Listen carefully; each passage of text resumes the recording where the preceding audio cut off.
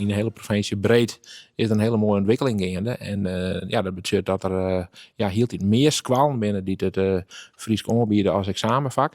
En daar ben we heel blij mee, zelfs als docentenvereniging. Van 2030 aan had elke school in het voortzet onderwijs verplicht het examenvak Fries aanbieden. Nevens Kooistra is het een goede zaak dat deze ontwikkelingen plak vinden. Een hele soort leerlingen uit de provincie.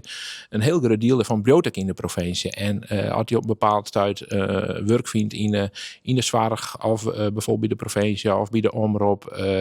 Neem maar op. Het is gewoon heel breed om een Frieske achtergrond te hebben. Op het Liutger in Burgum is het al mogelijk om examen Friesk te doen. En daar maakt ze een soort leerlingen gebruik van. Het Fries is bij ons net een extra vak. En dat hield het op meer kwam dat het net meer extra is, maar gewoon een keuze uit. Dus dan zei je, ik wil Duits of Frans of Spaans. En dan is Fries gewoon een vak waar je kiezen kiest. En dat maakt het wel heel mooi vanzelfs. Ja, een deal zal zeggen, omdat het makkelijker is. Nou, dat had het dus wel leerd. Het is net alleen maar makkelijker, zeker net. Maar het is ook een stukje, denk ik, identiteit werd een groot deel van de leerlingen, zeker in deze omkrieten, in mij verbonden viel. En die zei, ik wil gewoon examen doen in het Fries. En nooit meer leerlingen daarvoor kiezen kunnen, is er besloten om het examen in een najaske te steken en gaat het verder als alleen nog Fries lezen. Er zijn een hele soort dingen dat nog heel bot aan werken worden moet.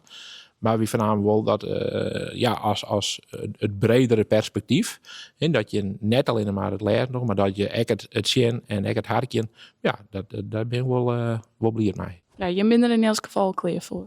Zo goed als. Maar er moet wat gebeuren. Maar we hebben wel een hele soort zaken, hebben we al, doordat we in die beproeving meidien, hebben we wel klaar. Ja.